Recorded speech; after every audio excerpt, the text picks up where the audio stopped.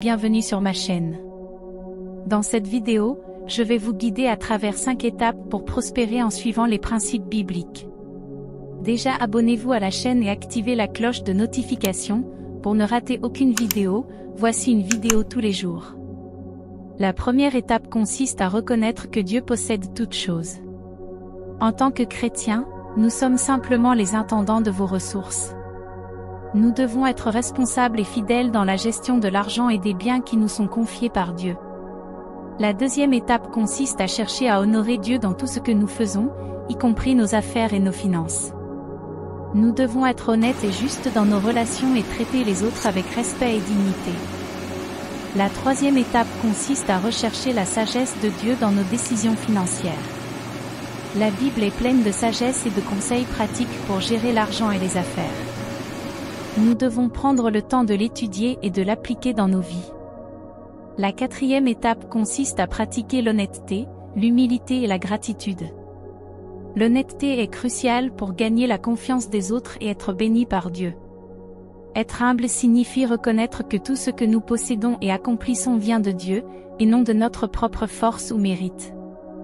Et la gratitude est essentielle pour maintenir une bonne vision de la vie et reconnaître les bénédictions que Dieu nous a données. La cinquième et dernière étape est la prière. Nous devons rechercher la volonté de Dieu dans toutes nos décisions et actions, et la prière est le moyen le plus efficace d'y parvenir. Nous devons également être en contact régulier avec Dieu pour recevoir ses conseils et sa sagesse, et pour le remercier des bénédictions qu'il nous accorde. En suivant ces 5 étapes bibliques, nous pouvons prospérer dans tous les domaines de notre vie, y compris nos finances, nos relations et notre bien-être physique et émotionnel. Cependant, il est important de se rappeler que la prospérité n'est pas le but ultime de la vie chrétienne, mais plutôt un effet secondaire de notre relation avec Dieu et de notre obéissance à sa volonté. Nous allons discuter de la prospérité selon la Bible et des étapes importantes que nous devons suivre pour réussir financièrement tout en restant fidèles à nos valeurs chrétiennes. Beaucoup de gens ont des préjugés sur la richesse et la prospérité, pensant que ce sont des objectifs incompatibles avec la foi chrétienne. Cependant, la Bible nous enseigne que la prospérité n'est pas mauvaise en soi, mais que nous devons faire attention à ne pas en faire une idole. Pour prospérer selon la Bible est de reconnaître que Dieu est le propriétaire de toutes choses et que nous sommes simplement des administrateurs de ses ressources.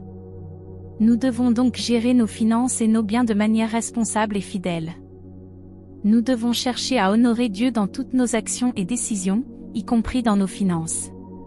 Cela signifie que nous devons être honnêtes et justes dans nos transactions, et traiter les autres avec respect et dignité.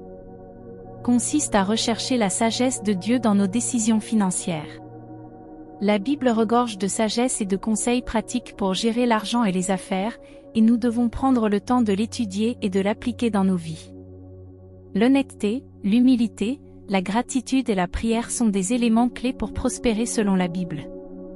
L'honnêteté est essentielle pour gagner la confiance des autres et pour être béni par Dieu. L'humilité nous aide à reconnaître que tout ce que nous avons et accomplissons vient de Dieu. La gratitude nous permet de maintenir une bonne perspective sur la vie et de reconnaître les bénédictions que Dieu nous a données. Enfin, la prière est le moyen le plus efficace pour chercher la volonté de Dieu dans nos actions et pour recevoir sa direction et sa sagesse.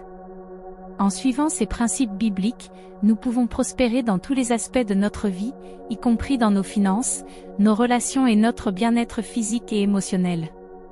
Cependant, nous devons nous rappeler que la prospérité n'est pas le but ultime de la vie chrétienne, mais plutôt un effet secondaire de notre relation avec Dieu et de notre obéissance à sa volonté. Si vous avez aimé la vidéo, n'oubliez pas de laisser un like et de vous abonner à la chaîne, pour ne manquer aucun contenu. Restez avec Dieu, on vous aime.